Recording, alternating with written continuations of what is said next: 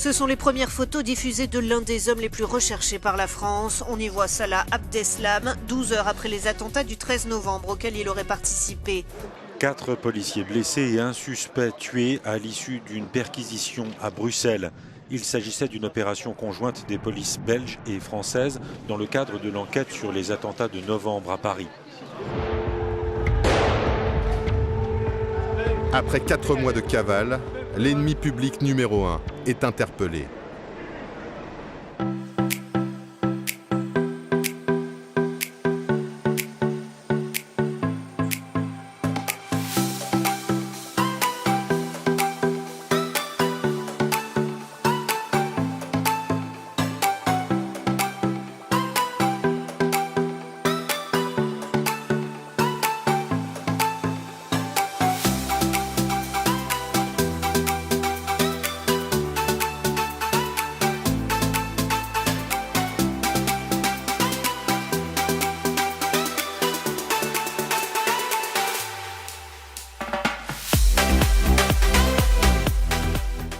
Et bonjour à tous mes petits belges, j'espère que vous allez bien, en tout cas moi ça super et soyez bienvenue pour une toute nouvelle vidéo. Donc aussi pu voir au titre de la vidéo, dans cette vidéo je vais vous parler de la cavale de Salah Abdeslam. Donc j'ai décidé de vous parler de ce sujet car déjà Salah Abdeslam a vécu en Belgique et comme vous le savez certainement les attentats de Bruxelles ont un lien avec les attentats de Paris et tout ça a commencé tout simplement en Belgique. Donc dans ces vidéos je vais tout d'abord vous parler brièvement de l'histoire de Salah Abdeslam, donc vous parler de ses origines, de sa famille, de sa jeunesse et de ses délits. Ensuite je vais vous parler de l'attentat du 13 novembre 2015 à Paris. Je vais vous parler de comment il a préparé l'attentat et quel était le rôle de Salah Abdeslam lors de ces attentats. Et surtout dans ces vidéos, je vais vous parler de la fuite de Salah Abdeslam, donc des attentats du 13 novembre 2015 à Paris jusqu'à son arrestation le 18 mars 2016.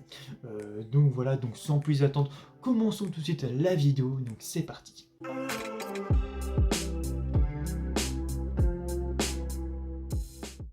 Salah Abdeslam est né le 15 septembre 1989 à Bruxelles et est issu d'une famille marocaine originaire du Douar, Beni Boukafer, au nord-ouest de Nador. Son père, Abderrahmane, est un citoyen marocain né à Oran, en Algérie française, en 1949.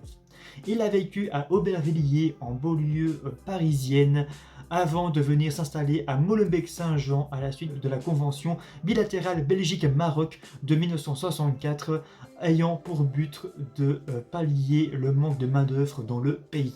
En Belgique, Abderrahmane Abdeslam a travaillé à la STIB, la compagnie de transport en commun bruxellois dont il est pensionné. Sa mère est aussi citoyenne marocaine originaire du Rif et naturalisée française. Les deux parents ont la nationalité française, ce qui explique que leurs 5 enfants, 4 fils et une fille, bien que tous nés à Bruxelles, soient aussi français. Salah Abdeslam a 3 frères, Yazid, Brahim et Mohamed. Brahim Abdeslam fait partie du groupe des 3 terroristes auteurs des attentats des terrasses du 10e et 11e arrondissement de Paris. Ses frères Yazid et Mohamed, ex-employés communaux de Molenbeek, ne sont pas impliqués dans ces attaques. Salah Abdeslam est employé de 2009 à 2011 comme technicien à la STIB au dépôt de tramway d'Ixelles, mais voit son contrat résilié pour cause d'absence à la suite d'une incarcération. Selon son ex-petite amie, jusque-là, Salah avait jamais eu de problème avec la loi, son casier était vierge. Ce qui s'est passé exactement, je n'en sais rien, il refusait d'en parler, il a été condamné et puis remis en liberté au bout d'un mois. En 2011, il est condamné pour des affaires de vol. Il est décrit comme un gros consommateur de cannabis et d'alcool et habitué des bars gays bruxellois. À partir de décembre 2013, il est le gérant du bar Les Béguines à Molenbeek.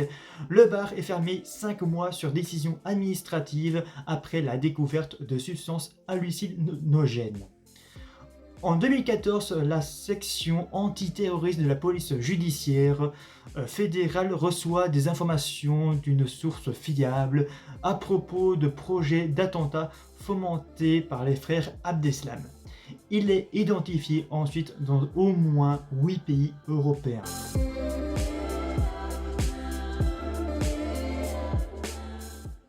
Selon une étude du Centre d'analyse du terrorisme dirigé par Jean-Charles Brissard et publiée en novembre 2016 par la revue américaine spécialisée Sentinel, Salah Abdeslam a un rôle logistique important convoyant la plupart des membres des cellules terroristes des attentats de 2015 et 2016 en Belgique et en France avec des véhicules de location. Entre le 30 août et le 2 octobre 2015, il effectue 4 allers-retours entre la Belgique et la Hongrie et un vers l'Allemagne pour ramener 10 terroristes à Bruxelles. Dans les 9 mois précédant les attentats, Salah Abdeslam est identifié dans 6 pays différents.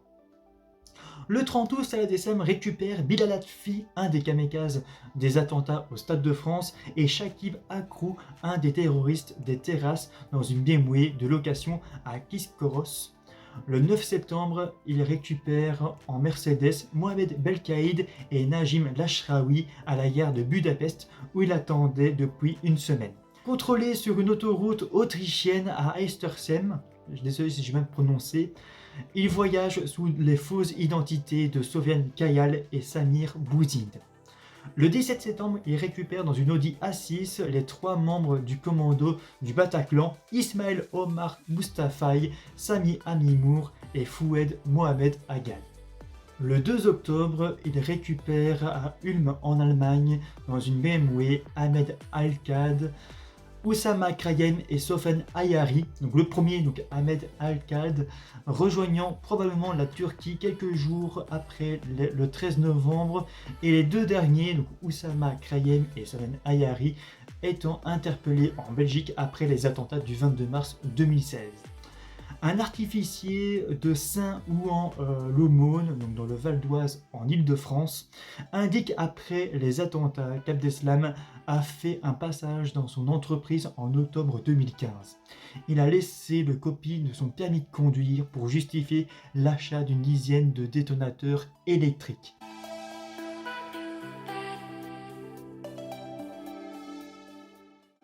Le rôle exact de Salah Abdeslam dans les attaques du 13 novembre 2015 reste encore entouré de nombreuses zones d'ombre. Des signalements incohérents font état de sa présence à la même heure à des endroits différents. Cela explique selon les enquêteurs par le fait qu'Abdeslam possède un physique passe-partout.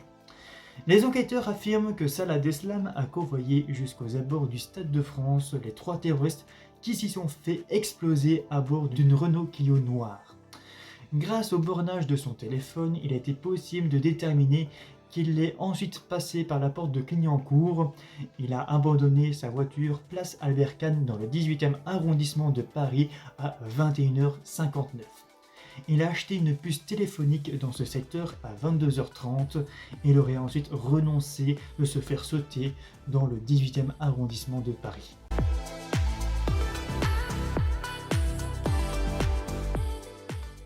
L'enquête de police montre que la fuite de Salah Abdeslam est improvisée. Ce n'est que 7 heures après les attaques que ses amis venus de Belgique le rejoignent. Il est d'abord localisé dans le 18e arrondissement, boulevard Barbès. Après les attentats, Salah Abdeslam se dirige vers Montrouge, dans les Hauts-de-Seine, en Île-de-France.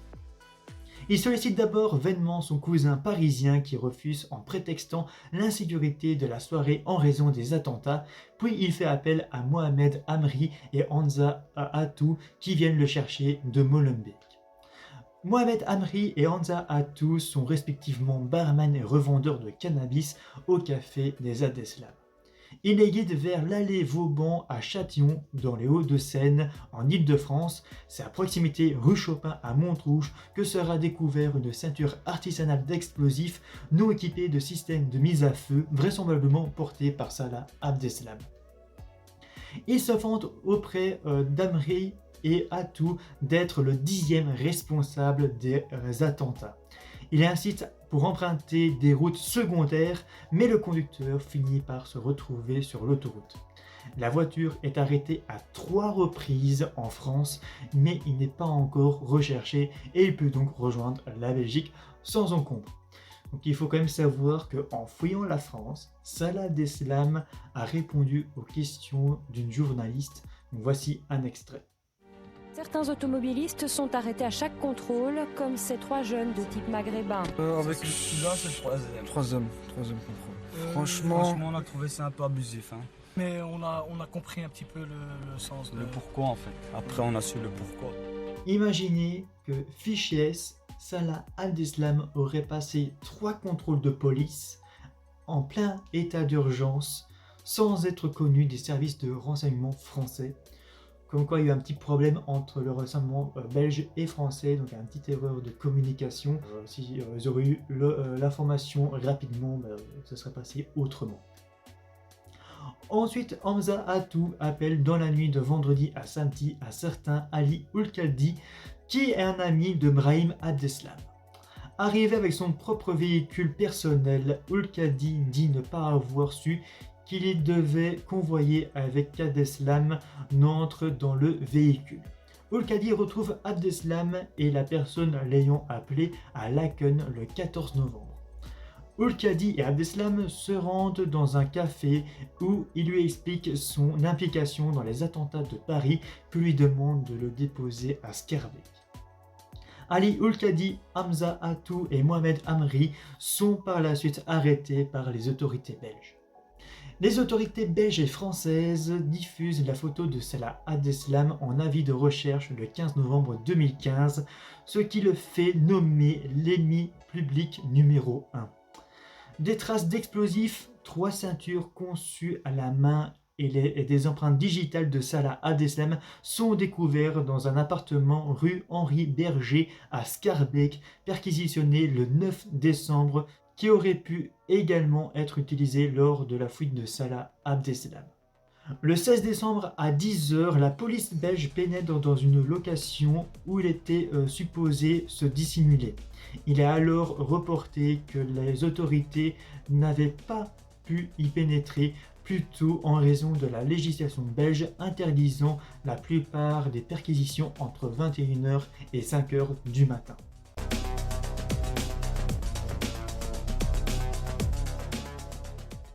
Le 29 octobre 2015, les données de la sûreté de l'État sont transmises au Schengen Information System, à Interpol et Europol. La National Security Agency apporte son aide aux services européens grâce à son expertise en analyse de métadonnées. Une fiche le concernant a été créée sur le site d'Interpol.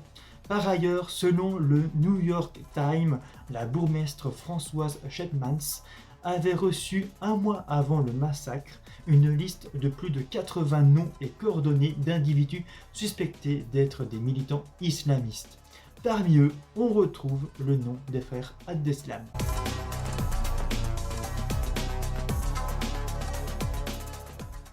Le 15 mars 2016, lors d'une perquisition dans un appartement sur la commune bruxelloise de Forêt qu'ils pensaient inoccupé, les policiers essuient des tirs à l'arme automatique.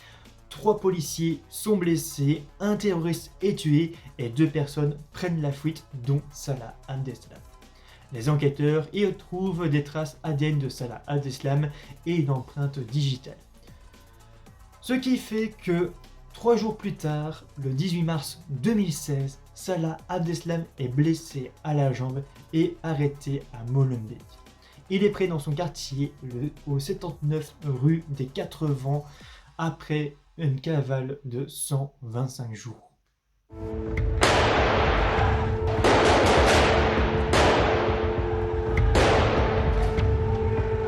Après 4 mois de cavale, l'ennemi public numéro 1 est interpellé. Donc voilà pour la cavale de Salah Abdeslam. Donc moi je vous retrouve la semaine prochaine, le 22 mars, pour vous parler des attentats du 22 mars 2016 à Bruxelles. Évidemment, tout ça est lié. Donc c'est la fin de ces vidéos. Donc si vous avez aimé la vidéo, n'oubliez pas de liker la vidéo, de la partager et de vous abonner si vous avez envie. Donc moi je vous dis à la prochaine pour une prochaine vidéo. D'ici là, portez-vous bien et ciao à tous.